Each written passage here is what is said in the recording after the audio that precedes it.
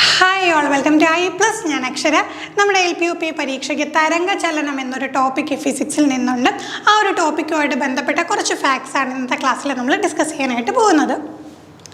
കണികകളുടെ കമ്പനം മൂലം മാധ്യമത്തിന് ഒരു ഭാഗത്തുണ്ടാകുന്ന വിക്ഷോഭം മറ്റ് ഭാഗങ്ങളിലേക്ക് വ്യാപിക്കുന്ന പ്രതിഭാസമാണെന്നും തരംഗ ചലനം അല്ലെങ്കിൽ വേവ് മോഷൻ. അപ്പോൾ സംഗതി എന്താണ്?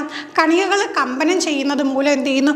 ഒരു ഭാഗത്തുണ്ടാകുന്ന എന്തൊരു വിക്ഷോഭമോ ആകട്ടെ അതെന്ത് ചെയ്യുന്നു? മറ്റ് ഭാഗങ്ങളിലേക്ക് വ്യാപിക്കുന്നു.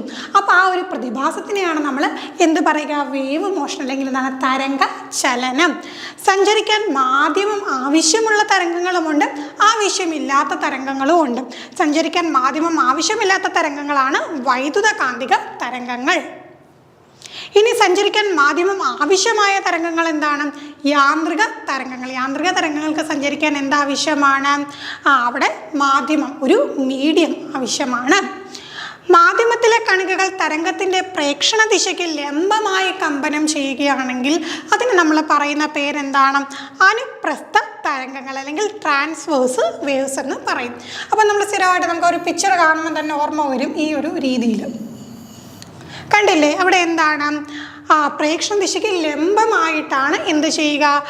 തരംഗങ്ങൾ കമ്പനം ചെയ്യുന്നത്. അപ്പോൾ അതിനെ നമ്മൾ എന്ത് പറയും? അനുപ്രസ്ഥ തരംഗങ്ങൾ അല്ലെങ്കിൽ ട്രാൻസ്വേഴ്സ് വേവ്സ്. ഇനി മാധ്യമത്തിലെ കണികകൾ തരംഗത്തിൻ്റെ സഞ്ചാര ദിശയ്ക്ക് സമാന്തരമായിട്ടും പാരലായിട്ടാണ് പോകുന്നതെങ്കിൽ നമ്മൾ അതിനെ എന്താ പറയുക? അനുദൈർഘ്യ തരംഗം. അനുദൈർഘ്യ തരംഗം എന്നാണ് പറയുക. ഈ ഒരു പാറ്റേണിൽ നമുക്ക് പോകുന്ന കാണാം. അപ്പോൾ അതിന് എന്താ പറയുക?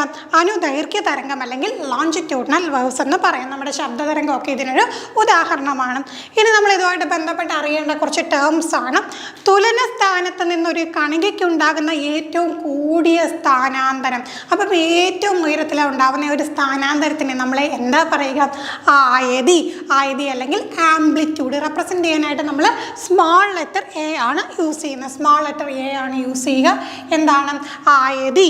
ഏറ്റവും ഉയരത്തിൽ ഏറ്റവും കൂടിയ സ്ഥാനാന്തരത്തിനെയാണ് നമ്മൾ പറയുന്നത് ആംപ്ലിറ്റ്യൂഡ് അല്ലെങ്കിൽ ആയതി.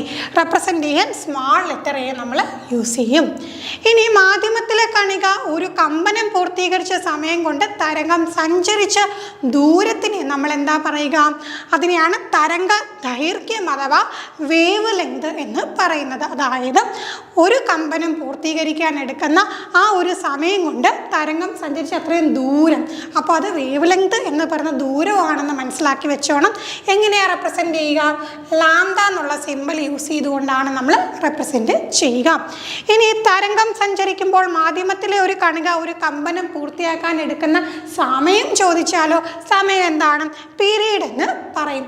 അത് നമ്മൾ എങ്ങനെയാണ് ടി വെച്ച് റെപ്രസെൻറ്റ് ചെയ്യും? നമുക്കവിടെ സാധാരണ ചോദിക്കുന്ന ചോദ്യം അതിൻ്റെ യൂണിറ്റ് ചോദിക്കാറുണ്ട്. എന്താണ്? സെക്കൻഡാണ്. സെക്കൻഡാണ് ഈ ഒരു പീരീഡിൻ്റെ യൂണിറ്റ് എന്ന് പറയുന്നത്. ഒരു സെക്കൻഡിൽ ഉണ്ടാകുന്ന കമ്പനങ്ങളുടെ എണ്ണം അതിനെ നമ്മൾ എന്താ പറയുക?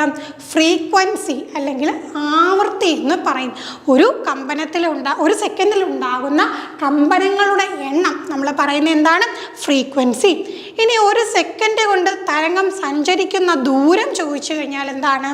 അത് തരംഗ വേഗമാണ്, സ്പീഡ് ഓഫ് വേവ് ആണ്. അപ്പോൾ ഇത്രയും കാര്യങ്ങളാണ് നമുക്ക് ഒരു ടോപ്പിക്കുമായിട്ട് ബന്ധപ്പെട്ട് പഠിക്കാനുള്ളത്. സിമ്പിളായിട്ടുള്ള കാര്യങ്ങളാണ്. ഇതുപോലെ ഡയറക്റ്റ് ബേസിക് കാര്യങ്ങൾ ഡയറക്റ്റ് ഒരിക്കലും ചോദിക്കില്ല. സ്റ്റേറ്റ്മെൻറ്റിൻ്റെ ഭാഗമായിട്ടൊക്കെ ആയിരിക്കും ഈ പറയുന്ന കാര്യങ്ങളൊക്കെ വരുന്നത്. കൃത്യമായിട്ട് പഠിച്ചു വെക്കുക. മറ്റൊരു ക്ലാസ്സുമായി വീണ്ടും കാണാം. Thank you.